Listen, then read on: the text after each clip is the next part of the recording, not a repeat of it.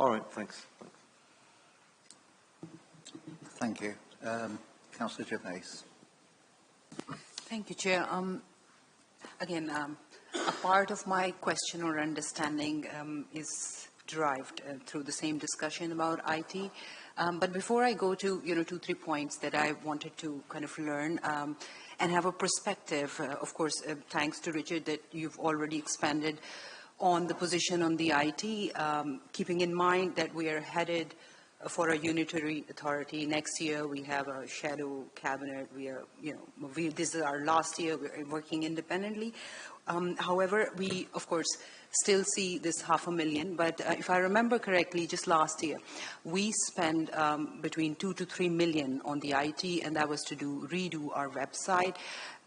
My personal comment, and of course people can think differently, there's not a whole lot we've achieved there in terms of efficiency, interaction, outlay, so and so. But, I want to hear your opinion as a commissioner, and I would also like to have an input from the executive, because Councillor Dale is here, and I looked back earlier, is here.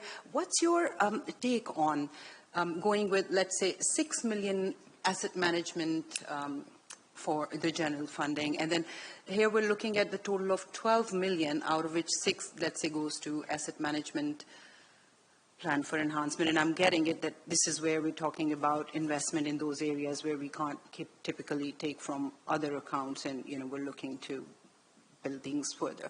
How do you see these things, firstly, interacting together, and particularly for IT, commenting on that, because once the data is sitting on a cloud, be it Oracle, SAP, Microsoft, whatever it is, we know logically you can import it on another dashboard, and IT now, they work in sync. And how do you see the need for, let's say, going forward with that kind, even 500,000 after that 2-3 million that we invested last year?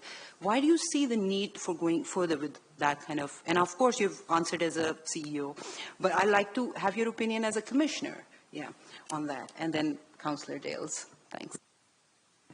Thank you. As a commissioner, I am content with the proposals that have been put forward as part of the general fund budget, the housing revenue account and the capital programme. So I'd make that comment generally. To be frank, I think the assurance that you can draw is that commissioners would not have sat back and allowed a set of proposals to be put to you that we didn't feel were robust. So overall, I think I can give you that, that assurance.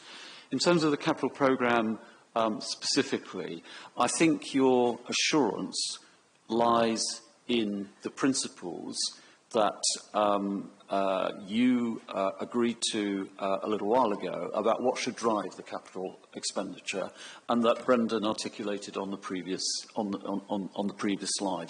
The criteria that would be used to take a view about whether or not capital expenditure was justified. And as a council, you have legitimately really driven that very narrowly. So in contrast to perhaps what the inheritance was, where you had a very extensive capital programme, you've gone for an approach which is much more focused. And so when we think about things like asset management plan enhancements, I mean, maybe that word enhancements conveys perhaps an impression that is a little bit unhelpful in this context, because I think what we're talking about is primarily health and safety type measures. Primarily, I think that's the case. There may be some other adjustments, but it's not as if you're embarking on a dramatic uplift in buying more commercial properties or anything of that nature. To come to your point about IT, so first of all, I think we are seeing the benefits of the investment that the council has made in the upgrading of its website. So we're seeing more interaction with the public, more responses to service requests being done electronically. It doesn't work for every member of the public. We always have to be sensitive to there are some residents for whom using digital doesn't work for them. But the trick in these situations is to try and enable those people who are content and indeed prefer to use electronic means to access council services, because it means your staffing resource can be deployed to support those people who need most support. So it's a better use of your staffing resource. And I say again, I mean, one of the impacts of some of the historic issues in Woking was an underinvestment in the upgrading of some of your systems, including, for example, your core financial system. So it wasn't that long ago that we went through that process of upgrading your core financial system. I have to say the previous system you were operating under was getting to the point where it was no longer supported by the supplier, and I pity our budget managers in terms of how on earth they were trying to extract any information that enabled them to run services from the previous iteration. So you do need to have a level of investment in the upgrading of your core systems. So I think, hopefully I've said enough, but hopefully that gives you a degree of comfort. And I say that both as a commissioner and also as your chief executive.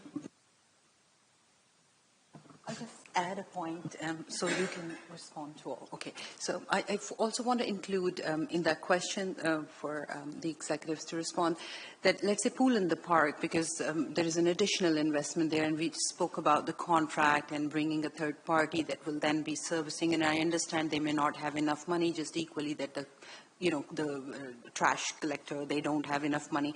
And at this stage, on what basis are we deciding to invest in the external companies and bodies? Because I'm talking from a perspective where I want to understand on behalf of residents. We are sitting in a council that has legacy issues. So in the past, we'd been told these all rosy stories that everything had been fine and in place. And just look at that report and believe me that this is, rightfully going where it should be going. Whereas I fail to understand, and thank you for explaining, but then I'd like even more understanding to go back to people and tell them that how come council have 1.3 million to invest now in Pool in the Park where the contract has been already transferred in IT and so, but not for the people's life and not for the other priorities that, are weighted here. So your take on this. Thank you. Can I just interject there? As Councillor Roberts is not part of this committee, is the committee okay with response and contribution? Yeah. Thank you, Committee. Thank you, Chair. And thank you for your question, Councillor Javed. There are a couple of things and so that I want to comment on, given the questions over the last sort of 30 minutes or so about the capital programme. I mean, these concerns are very valid. We are making investments in IT. Are we seeing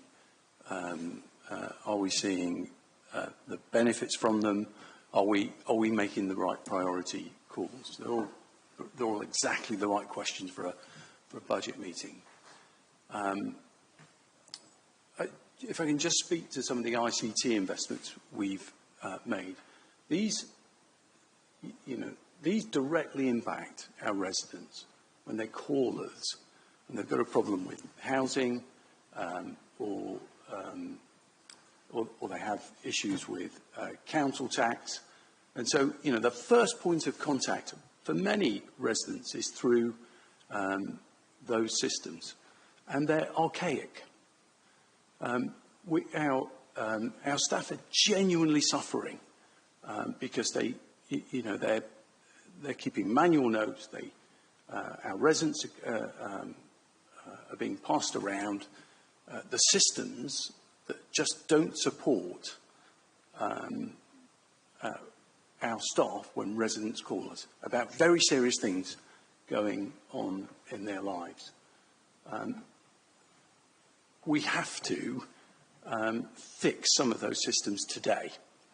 I can tell you that the work that our people are doing isn't very glamorous for ICT. Councillor Rose and I and others around this room have spent some time in that industry.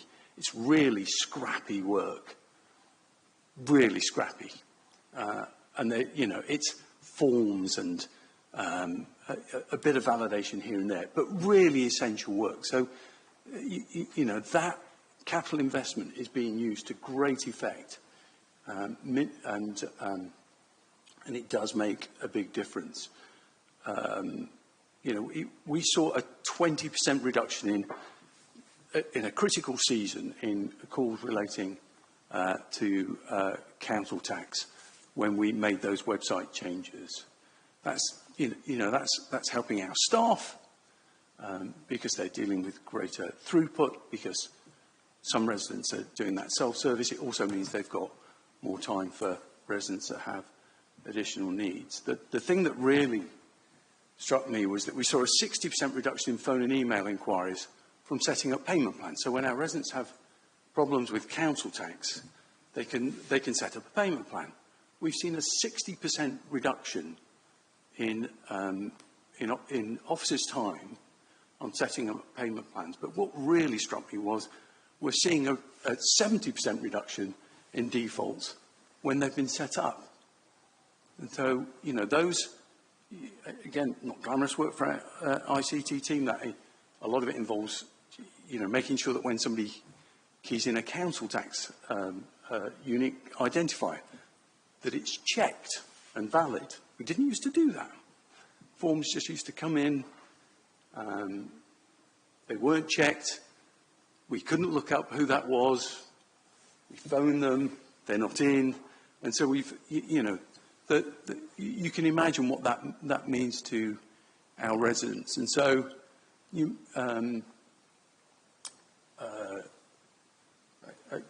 I think what I'm speaking to here, and this relates to Paul in the Park too, is the thought that goes into the investments that we're making, and the critical nature of the fixes we need to put in place.